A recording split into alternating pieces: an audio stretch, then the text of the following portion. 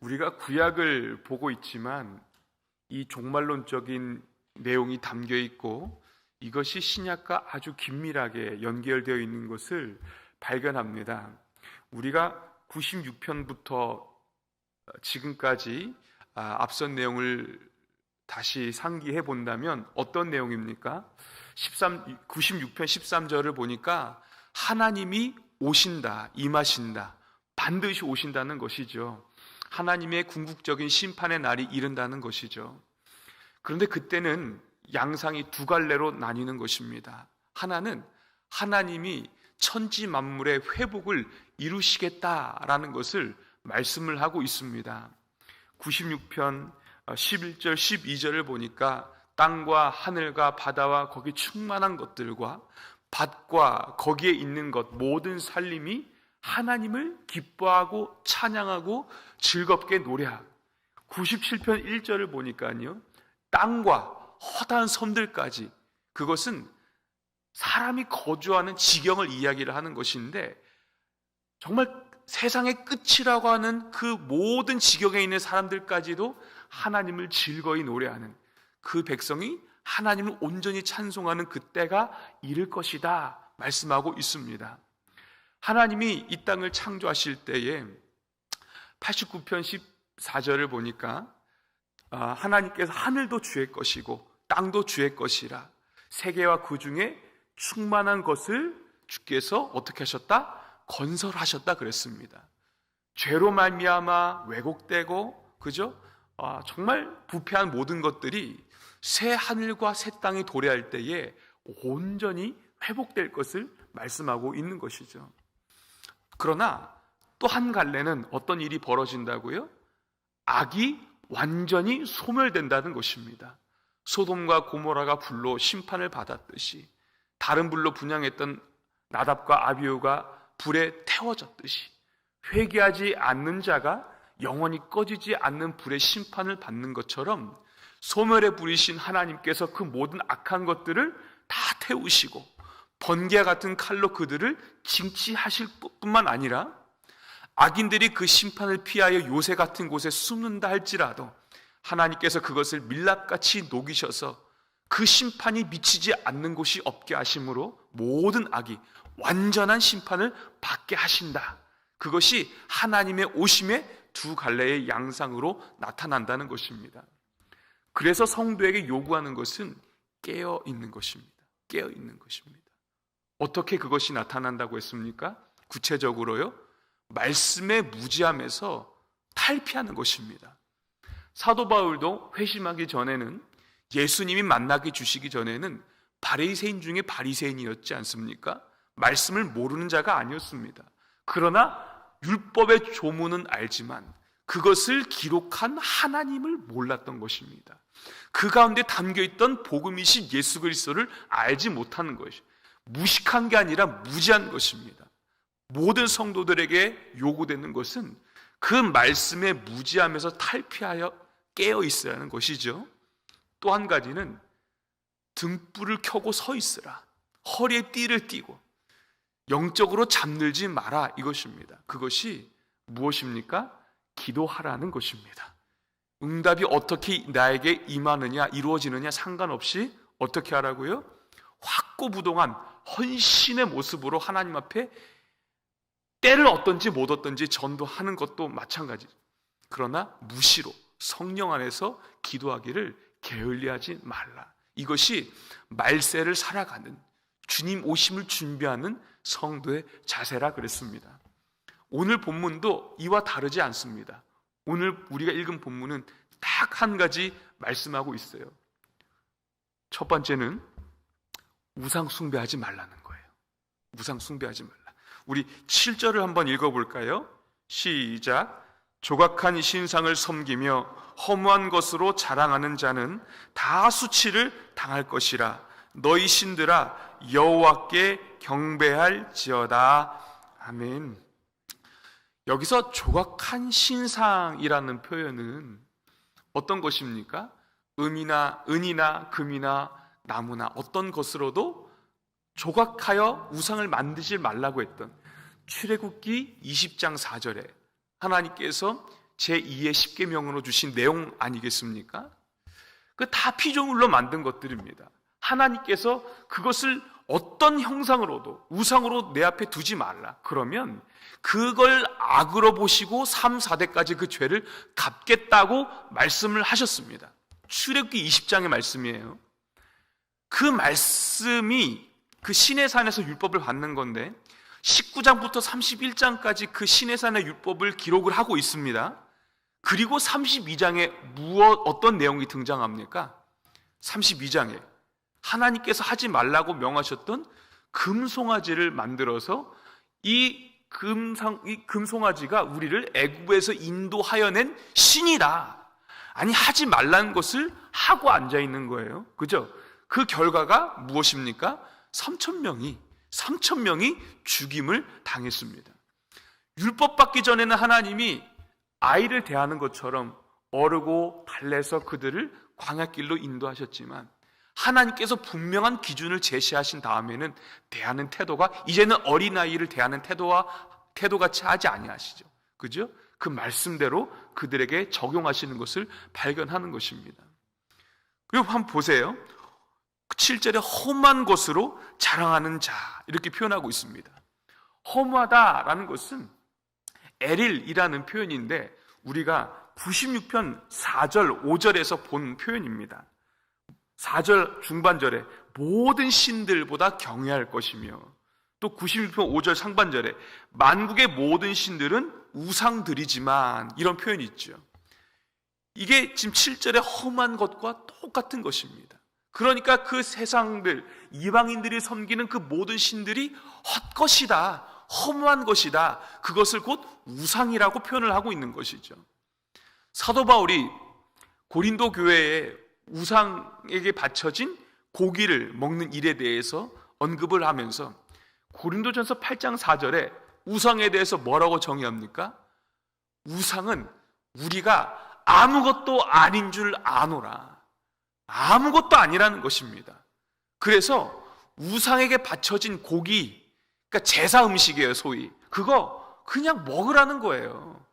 만물이 하나님으로부터 나왔는데 먹지 못할 게 무엇이 있겠느냐. 그리고 우상은 헛것이, 아무것도 아니니까 먹어라. 이것이 첫 번째 대지요. 그러나 먹지 말아야 될 이유가 무엇이냐. 그 우상에게 바쳐진 고기를 먹는 그 행위로 인해서 다른 형제가 실족하게 되기 때문에, 그 형제가 실족하는 것은 예수 그리스도께서 그 형제를 구원하신 그 구원의 사역을 어떻게 하는 거예요? 넘어지게 하는 거기 때문에 형제를 실족하게 하는 것은 곧 그리스도께 죄를 짓는 것이다. 그러니까 우상에게 바쳐진 그 고기를 먹지 말라는 거예요. 결론적으로는 우상에게 바쳐진 그 고기는 아무것도 아니기, 그냥 먹으라는 것이죠. 그러니까 구약에서 신약에서 일맥상통하게 얘기하는 것은 피조물로 새겨진 은, 금, 나무로 만들어진 모든 신상, 우상, 아무것도 아니라는 것입니다. 아무것도 아니라는 것, 헛것이라는 것입니다. 그런데 이스라엘의 그 장관 역사를 볼 때에 하나님께서 하지 말라고 하셨던 이 우상 숭배 했습니까? 안 했습니까? 했죠. 했습니다. 왕정국가 500년 그 모든 장관 그 시기가 뭐 때문에 망했습니까? 이 우상 숭배 때문에 망하는 거예요. 그 개인과 가정이 패망하고 나라가 멸망을 하는 것입니다. 그러면 마지막 두 번째 생각해 볼 것은 우상 숭배가 뭐냐 이겁니다. 도대체 오늘날 사랑하는 성도 여러분, 우상 숭배 하십니까? 안 하십니까? 제가 질문해봤자 그죠? 시간 낭비죠. 아유, 목사님, 제가 집에서 뭘 깎아서 두고 절이나 하겠습니까? 나를 보세요. 지금 새벽 예배 나와서 지금 기도하러 왔잖아요. 그런데 우상 숭배에 아주 근본적인 게 있어요. 보세요. 이스라엘도 율법을 가졌습니다. 그죠? 그런데 그들의 역사는 우상 숭배로 패망을 했어요. 우상 숭배가 뭐냐? 그것은 자기 자신이 왕의 자리에 서는 것입니다. 이것이 성경에서 뭐라고 하는지 아세요? 교만이라고 하는 거예요. 교만. 잠언 18장 12절에 사람의 마음의 교만은 멸망의 선봉이요 겸손은 존귀의 길잡이니라 기록이 되어 있습니다. 교만이 무슨 뜻이냐면 이 솟구쳐 오른다라는 의미가 있어요. 그러니까 그 마음이 솟구쳐 오르는 것을 형상화한 표현인 것입니다. 바벨탑을 쌓고자 했죠. 창세기 11장에 우리의 이름을 세계에 내고 흩어짐을 면하자. 악한 것은 다 어떤 성향이 있습니까? 올라가려고 하는 성향이 있는 것입니다. 왕이 되려고 하는 거예요.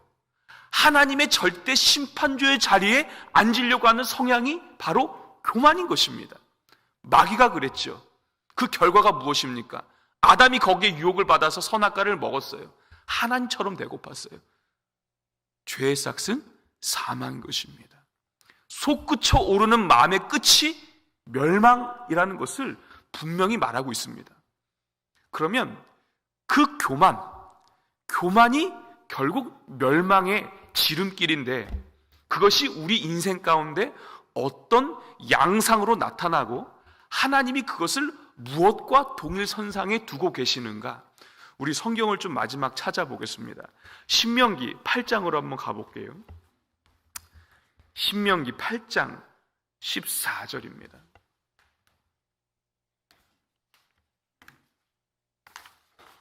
신명기 8장 14절 말씀 함께 봉독하십니다. 시작. 내 마음이 교만하여 내 하나님 여호와를 잊어버릴까 염려하노라. 아멘. 지금 가나안 입성 직전에 있는 그들에게, 이스라엘 백성들에게 하나님께서 이 유언과 같은 이 설교를 모세를 통해서 하시죠. 그들에게 뭘 염려하고 계세요? 교만할까 봐. 그래서 여호와를 잊어버릴까 봐. 그러니까 마음이 솟구쳐 오르는 거예요. 자기가 하나님 자리에 서는 거예요. 그게 하나님 염려가 되신대요. 그래서 그들이 어떻게 마음이 변질됩니까? 17절 한번 읽어보겠습니다. 17절 시작. 그러나 내가 마음에 이르기를 내 능력과 내 손의 힘으로 내가 이 재물을 얻었다 말할 것이니라. 뭐가 생겨요? 하나님에 대한 믿음이 아닙니다. 교만이 있는 것은 무엇에 대한 확신입니까? 자기에 대한 확신이에요. 자기 소견에 대한 확신이에요. 하나님은 그저 자기의 모든 계획을 돕는 도우미에 불과한 거예요. 있으나 마나, 있으면 좋고 없어도 그만. 왜? 내가 이 모든 것들을 이루었기 때문에. 그러니까 그저 투명인간 취급이 되는 거예요. 무엇의 결과입니까? 교만의 결과예요. 마음의 높아짐의 결과입니다. 그런데 18절에서 뭐라고 합니까? 한번 읽어볼게요. 18절 시작. 내 하나님 여호와를 기억하라. 그가 내게 재물 얻을 능력을 주셨음이라. 이같이 하심은 내 조상들에게 맹세하신 언약을 오늘과 같이 이루려 하심이라. 아멘. 그가 내게 재물 얻을 능력을 주셨습니다. 그러니까 너가 자격이 돼서 능력이 있어서 이것을 취한 것이 아니라, 얻은 것이 아니라 하나님께서 너에게 건강도 주셨고 가족도 주셨고 재물도 주셨고 너희가 누리는 일상의 모든 것을 하나님이 주셨다는 것입니다.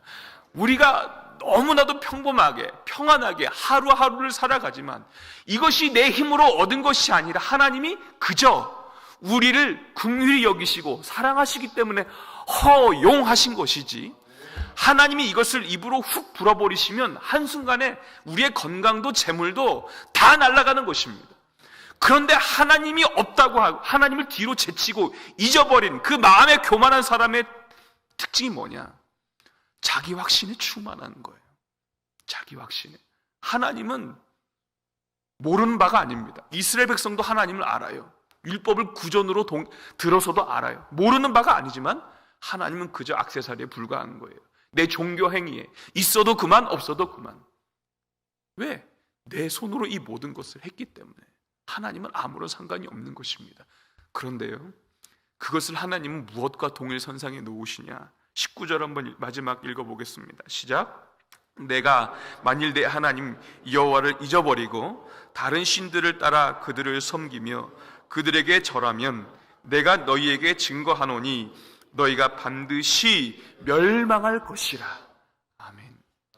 하나님을 잊고 자기 확신에 사는 사람들의 끝은 우상 섬기는 자리에 가는 것이라고 말씀을 하고 있고, 출애굽기 20장 4절에 약속하신 바대로, 그리고 그들의 장관 역사를 통해서 하나님이 증명하신 대로 그 마지막이 뭐라고 하십니까? 멸망이라고 말씀하고 있는 것입니다.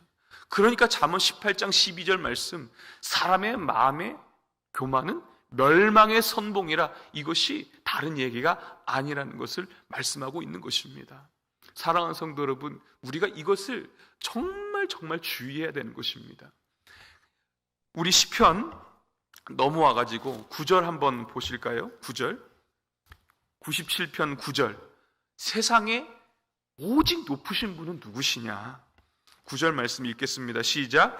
여호와여, 주는 온 땅 위에 지존하시고 모든 신들보다 위에 계시니이다. 아멘. 지존이라는 이 단어는 그 위에 무엇이 없다라는 뜻입니다. 이 단어 하나만으로도 하나님의 지위를 말씀하고 있는 것입니다. 하나님보다 위에 있는 것이 없어요. 그런데 세상 만물보다 부패한 것은 사람의 마음이라고요. 하나님보다 위에 있으려고 하는 욕구가, 이 죄성이 우리 가운데 있는 것 아니겠습니까?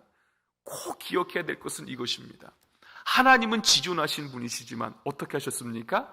우리 예수님이, 하나님의 본체신 그분이 하늘 영광 보좌를 버리시고 가장 낮고 낮은 이 땅 가운데 성육신 하셔서 우리에게 구원을 주셨습니다. 그리고 우리에게 이 예수의 마음 품으라고 본이 되어 주셨습니다. 마귀는 올라가래요. 세상 사람들 짓밟고 승진하래요. 모든 경쟁에서 사람들 피눈물 흘려도 되니까 너가 좋은 거 취하고 유익을 얻고 너가 사람들보다 앞서 나가래요. 이것이 마귀가 추구하는 전략이죠. 굉장히 유혹적이고 매력적입니다. 그러나 우리 주님은 아니야. 하나님보다 높을 건 없어. 하나님 본체인 내가 낮아져서 생명 구원한 것처럼 너희도 하나님 앞에 낮아지는 것입니다. 내 뜻을 내세우지 말라는 것입니다. 종이 주인 앞에 무엇을 주장할 수가 있겠습니까? 그리고 하나님 앞뿐만 아니라 우리 이웃과의 관계에 있어서도 주님이 분명 말씀하셨죠. 남을 나보다 어떻게 여기라? 낮게 여기라. 낮게 여기라. 그 사람의 됨됨이를 따라서 다르게 대하지 말고 하나님의 존귀한 형상을 얻은 그 사람을 나보다 낮게 여기라는 것입니다. 다른 말로 낮아지라는 것입니다. 이것이 말세를 살아가는 성도들에게 요구하시는 하나님의 명령인 것입니다. 네, 결론을 맺겠습니다. 오늘 우리에게 주시는 메시지, 우상 섬기지 말라, 이 안에 두 가지가 있습니다. 하나는 자기 소견대로 살지 말라는 거죠. 교만하지 말라는 것입니다. 그것은 멸망의 지름길입니다. 말씀이, 그리고 이스라엘 역사가 그것을 증명했습니다. 그래서 낮아지는 것입니다. 하나님 앞에서 낮아지고 내 주변 성도들과의 관계 속에서, 가정 안에서 낮아지는 것입니다. 남을 나보다 낮게 여기는 것입니다. 그 마음을 하나님이 주셔야 가능한 것입니다. 내 사람의 힘으로는 절대 불가능한 일입니다. 속으로 이미 판단하고 있는걸요. 낫기는 뭐가 나? 내가 낫지. 이 마음을 품는 것이 우리 죄성을 가진 인생 아니겠습니까? 근데 하나님께서 우리의 마음을 진정으로 낮은 자리에 임하도록 은혜 주시는 한날이 되기를 주의 이름으로 축원합니다.